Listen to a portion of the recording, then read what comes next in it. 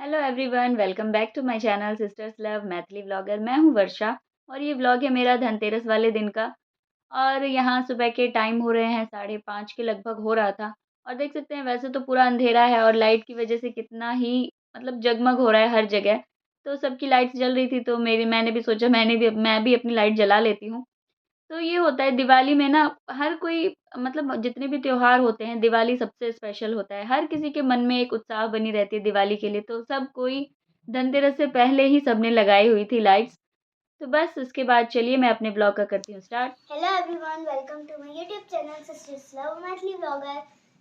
मैं हूँ आशी। चलिए देखते हैं आगे क्या होता है। अभी मेरे स्कूल जाने का टाइम है और ये देखो, मुझे स्कूल से मिला था ये बनाने के लिए।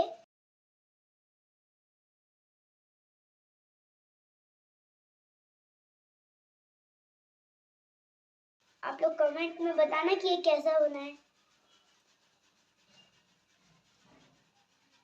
तो यहाँ अब आशी स्कूल चली गई है, तो मैंने आज सुबह ही सारा खाना-पीना बना के रख लिया है, क्योंकि धनतेरस में, दिवाली में बहुत ही ज़्यादा काम हो जाता है। मुझे साफ़-सफ़ाई भी करनी है, थोड़ी बहुत साफ़-सफ़ाई हो चुकी है, आधी-अधूरी बाकी है। तो सबसे पहले मैंने सोचा ये दिया मैं लेके आई थी, तो मैं क्या करती हूँ जब भी दिया लाती हूँ तो उसको पानी में डाल देती हूँ 3-4 घंटे के लिए। इससे क्या होता है कि जब भी आप इसमें तेल डालते हो या कुछ भी घी वगैरह कुछ भी डालते हैं ना, तो वो डायरेक्ट सोख नहीं लेता है। तो पानी में इससे इसलिए मैं दिए को भिगो देती हूँ। बस उसके बाद अब देख सकते हैं मेरे किचन में कितना ज़्यादा बाज़ार लगा हुआ है, तो ऊपर में जितने भी डेकोरेटिव सामान हैं मेरे पास, उन सभी को मैं बहुत अच्छे से साफ़ कर लूँगी। फिर उसके बाद सबको जगह पे भी लगाना है, तो इन सब में टाइम भी लगता है बहुत ज़्यादा। तो आज मैंने इसीलिए खाने का वीडियो शेयर नहीं किया। सिंपल सा खाना बनाया था मैंने, क्योंकि फिर खाने का वीडियो शेयर करती तो उसमें भी ज़्यादा टाइम जाता और ये साफ़-सफ़ाई में तो आराम से 3-4 घंटे लग जाने हैं। फिर उसके बाद यहाँ मुझे ये साँप की भी सफाई करनी है, यहाँ भी इतनी ज़्यादा धूल-मिट्टी हो गई है, पता नहीं बंद कमरे में भी कहाँ से इतनी ज़्यादा धूल-मिट्टी आ जाती है। तो बस इन सबको भी करना है क्लीन। तो चलिए अब मैं लग जाती हूँ कड़ी तोड़ मेहनत में। और यहाँ मंदिर की भी सफाई करनी है मुझे। ये जो जितने भी आप देख रहे हैं, ये जो सामान सब है मेरा, छोटे-छोटे ये जो अभी मैं साफ़ कर रही हूँ, तो ये आशी का जो खिलौना था, डॉल हाउस था उसका, तो वही मैंने ले लिया है उसी का सेट। तो क्या था, आशी के पास ना 2 सेट थे डॉल हाउस के। बच्चे क्या करते हैं ना, जितने भी खिलौने हो ना, तो वो सबको तोड़-ताड़ के रख देते हैं। तो मैंने 1 सेट उसको दे दिया था और 1 सेट अपने लिए रख लिया था, यही सजाने के लिए। सबको मैं अच्छे से साफ़ कर लूँगी। हम हिंदुओं में दिवाली का इसलिए भी बहुत ही ज़्यादा महत्व है, इसी बहाने हम घर की इतनी ज़्यादा सफाई कर लेते हैं, जो कभी सोचते भी नहीं हैं। और दिवाली से पहले इतना आलस आता रहता है ना कि अब आज नहीं कल नहीं परसों ऐसा करते रहते हैं कि हो जाएगी सफाई। लेकिन जैसे ही नाम आती है दिवाली की कि अब आने वाली है, उससे 1 हफ्ते पहले ही हम लग जाते हैं कोना-कोना चमकाने के लिए। तो बस दिवाली के बहाने ही मैंने पूरे घर की सफाई कर ली थी। जैसे कि मैंने आप लोग को पहले ही बताया है, जितना 2 रूम है मेरा, तो मैंने उन सब की सफाई की तो एक बार भी नहीं दिखाया वीडियो में, क्योंकि वीडियो बहुत ही ज़्यादा लंबी हो जाती। ये जो मेरा आप फ़ोटो फ्रेम देख रहे हो, इसको पता नहीं उतारने में या कैसे, इसका ये जो पीछे का उसका फ्रेम होता है ना, वो थोड़ा लूज़ हो गया था। तो यही मैं सोच रही थी इसको रखूँ, हटाऊँ, समझ में नहीं आ रहा था। फिर थोड़ा बहुत जैसे-तैसे हो गया तो मैंने उसको टाइट कर दिया था हल्के हाथ से। फिर भी देखते हैं अब कब तक चलता है। इसमें फ़ोटो भी चेंज करना है, क्योंकि जब से आरू हुई है तो हमने आरू के साथ नहीं लगाया हुआ है फ्रेम में। इसमें आशी और मैं और मेरे हस्बैंड हैं 3 लोग, आरू को भी इसमें ऐड करना है। तो यहाँ मैंने सारी सफाई कर ली है अच्छे से, अब इन सबको मैं लगा दूँगी। ये लगाना भी एक बहुत ही मुश्किल का काम होता है। अगर क्या होता है दिवाली की सफाई में ना, कभी-कभी इतना आप बिज़ी हो जाते हो ना काम में, इस पे चढ़ना, उस पे लटकना, फिरने का भी बहुत डर रहता है। तो क्या हुआ था पिछली बार की दिवाली में, ऐसे ही मैं साफ-सफाई कर रही थी तो नीचे गिर गई थी स्टूल से। तो वही बात बार-बार याद आ जाती है, लेकिन फिर क्या करें, ऐसा करने से ये भी नहीं हो सकता कि हम छोड़ देंगे। तो फिर भी मैं लग गई थी अपने काम में। तो यहाँ देख सकते हैं सबको मैंने अच्छे से सजा दिया है। तो यही मैंने इससे पहले वाले वीडियो में भी आपको एक बार बताया हुआ था आप लोगों को, कि जब भी मैं सजाती हूँ ना, तो बहुत मेरे दिमाग में ना उथल-पुथल चलता है, ऐसे सजाऊँ, वैसे सजाऊँ, बहुत टाइम लग जाता है मुझे। फिर हो गया है जैसे-तैसे मैंने उसको रख दिया है। आप लोग वीडियो में ज़रूर बताइएगा कमेंट करके कि कैसा लगा, ये जो मैंने सजाया हुआ है। तो बस अब यहाँ की सफाई करनी बाकी है, तो मैंने ये कप सब भी आधा-अधूरा साफ़ कर दिया है। ये सब भी बार-बार इससे पहले ही मैंने इसको साफ़ किया था, फिर से दोबारा से ये गंदा हो जाता है इतनी जल्दी-जल्दी। सब ये हो गया है, फिर अब मैं चलूँगी सांप की सफाई करने के लिए। और यहाँ बगल में आप चिमनी भी देख रहे होंगे कितना ज़्यादा गंदा हो गया है। तो ये भी काम मेरा पेंडिंग है। बाकी सारा हो चुका है, बाकी सारे रूम्स की डस्टिंग हो गई है। इस बार मैंने बहुत अच्छे से डीप क्लीन किया है सारे घर को। तो डीप क्लीन तो किया मैंने, वीडियो एक का भी नहीं बनाया क्योंकि क्या होता है इतना ज़्यादा इसमें टाइम लग जाता है ना, तो वीडियो बनाने के चक्कर में फिर और भी ज़्यादा टाइम लग जाता। तो जो थोड़ा बहुत था किचन का वो मैं आप लोगों के साथ शेयर कर रही हूँ। तो यहाँ देख सकते हैं कितना ज़्यादा गंदा है ये सांप का ऊपर का जो कोना है। तो मुझे 2 बार कपड़ों से इसको साफ़ करना पड़ा। एक बार मैंने कपड़े को भिगा के अच्छे से इसको पानी में भिगा दिया मैंने, फिर जितने भी इसके डस्ट थे उसको मैंने निकाल लिया क्योंकि सूखे कपड़ों से डस्ट अगर आप झाड़ते हो ना तो सारा आपके बालों पे, आँखों पे जाता है। तो बस गीले कपड़े से मैंने सबको साफ़ कर लिया, उसके बाद सूखे कपड़े से एक बार और मार दिया, तो बिल्कुल ही चमक चुका है ये। उसके बाद फिर आप लोगों को मैं दिखाती हूँ। मैंने कुछ यहाँ मेरी साफ-सफाई हो चुकी थी, तो उसके बाद मैंने मीशो से इन दोनों बहनों के लिए लहंगा ऑर्डर किया था। तो ये लहंगा बहुत ही प्यारा आया हुआ है। मुझे तो यकीन ही नहीं हो रहा था कि मीशो से इतना अच्छा प्रोडक्ट आएगा। लेकिन मेरे साथ है, जब भी मैंने मीशो से कोई भी प्रोडक्ट मँगाया है, बहुत ही अच्छा आया है क्योंकि मैं उसको बहुत अच्छे से देखती हूँ, कस्टमर के रिव्यू वगैरह। तो इसीलिए वही सब देखा मैंने तो अच्छा लगा। इसका फैब्रिक भी बहुत ही प्यारा है और इसका कलर कॉम्बिनेशन भी मुझे मुझे बहुत अच्छा लगा। इसमें ना ज़्यादा हेवी वर्क है, सिंपल सा है और ये जॉर्जेट का कपड़ा है। आप लोग देख सकते हैं और ये पहला मेरा ऐसा कपड़ा होगा, पहला नहीं मतलब दूसरा एक टी-शर्ट थी इन दोनों बहनों की। ये दूसरा ऐसा कपड़ा है जो दोनों बहनों का मिल गया है मुझे मतलब मिलता नहीं रहता है दोनों का क्योंकि ऐज गैप है, ज़्यादा ऐज गैप है तो दिक्कत हो जाती है। लेकिन इत्तेफ़ाक से मुझे ये दोनों का सेट मिल गया था, आशी के लिए भी और आरू के लिए भी।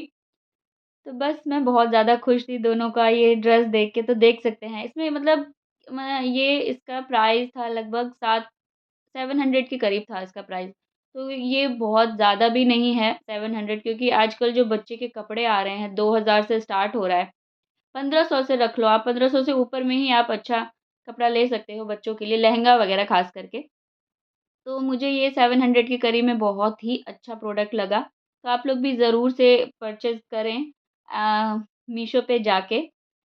तो बस उसके बाद फिर एक और चीज़ मैंने मँगवाई हुई थी मीशो से, साड़ी मँगवाई थी मैंने। तो साड़ी में मेरे साथ क्या होता है साड़ी जो मैं यूज़ करती हूँ ना बिल्कुल सिंपल-सिंपल मन करता है मुझे पहनने का। तो देख सकते हैं ये कितनी ही प्यारी साड़ी है और इसका रेट सुन के तो आज सॉरी मतलब इसका रेट सुन के आप बिल्कुल शॉक्ड हो जाएँगे। ये बिल्कुल मतलब 450 की साड़ी है बस, बिल्कुल यकीन ही नहीं होगा आपको जब ये साड़ी एक तो पहनोगे, इसको छुओगे। इसका फैब्रिक शायद जॉर्जेट है, बहुत ही प्यारा कपड़ा है, प्रिंट इसकी जो गोटा पट्टी है बहुत ही अच्छी, इसमें ब्लाउज़ भी बहुत अच्छा आया है, 450 में आप क्या ही ले सकते हो, उस हिसाब से बहुत ही अच्छा है। मैं मीशो को 10 ऑन 10 देती हूँ इन तीनों प्रोडक्ट के लिए, तो आप लोग भी ज़रूर जाके परचेज़ करें। फिर उसके बाद यहाँ मेरा बाकी का काम सब हो चुका था, हमने खाना-पीना खा लिया था, तो निशा सब आए थे घर में घूमने के लिए और यहाँ आशु और आरू दोनों ही बदमाशी में लगे हुए हैं, हैंड वॉश कर रहे थे बार-बार। पता नहीं क्या छू लिया था दोनों ने जो बार-बार हैंड वॉश कर रहे थे, तो ये लोग ऐसे ही करते रहते हैं बदमाशी बहुत ही ज़्यादा।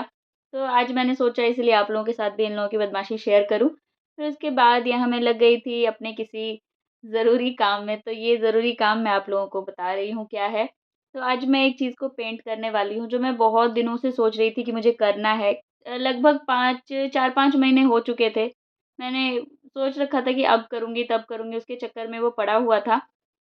तो पहले मैं यहाँ पेंट सबको निकाल लेती हूँ, उसको अच्छे से इसमें भर लूँगी। तो ये फाइनली जो आप ये देख रहे हो, ये है जिसको मैं डेकोरेट करने वाली हूँ, पेंट करने वाली हूँ जिसके ऊपर। तो ये चीज़ क्या है आप लोगों को पता तो चल ही गई होगी, फिर भी मैं बताती हूँ। ये मेरा बाथरूम में जो बेसिन था, उसके नीचे में लगा हुआ था ये।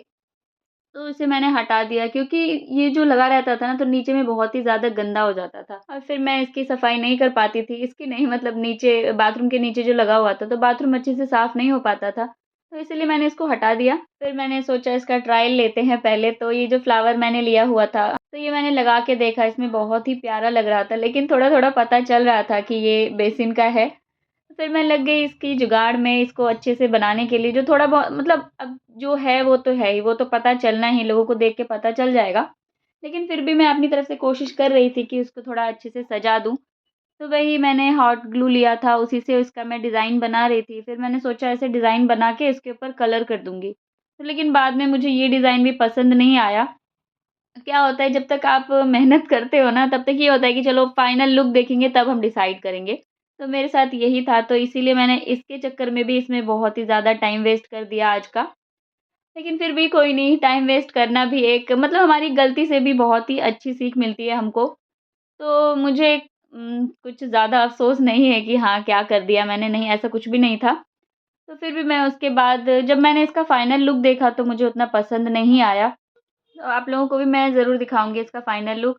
तो उससे पहले यहाँ मैं पेंट कर रही थी, तो क्या होता है मुझे ना पेंटिंग का बहुत ही ज़्यादा शौक है। मतलब फ्लावर्स वग़ैरह बनाओ या टेबल क्लॉथ, चादर वग़ैरह मुझे बहुत ही अच्छा लगता है ये सब बनाने का। और सीनरी वग़ैरह भी मैं बहुत अच्छे से बना लेती हूँ। लेकिन अब क्या है शादी हो गई, बच्चे हो गई, टाइम ही नहीं मिलता है। तो फिर उसके बाद मैंने इसको ये जो फ्लावर वाला जो मैंने पेंट किया वो तो हो गया है। उसके बाद फिर मैं ऊपर का जो आप देख रहे हो टॉप वाला जो है इसका, तो मैंने क्या किया कॉटन में कलर लगा लिया, उसके बाद उसको मैंने टैप-टैप करके पेंट किया। तो ये बहुत ही ईज़ी था और बहुत ही अच्छा लुक लग रहा था।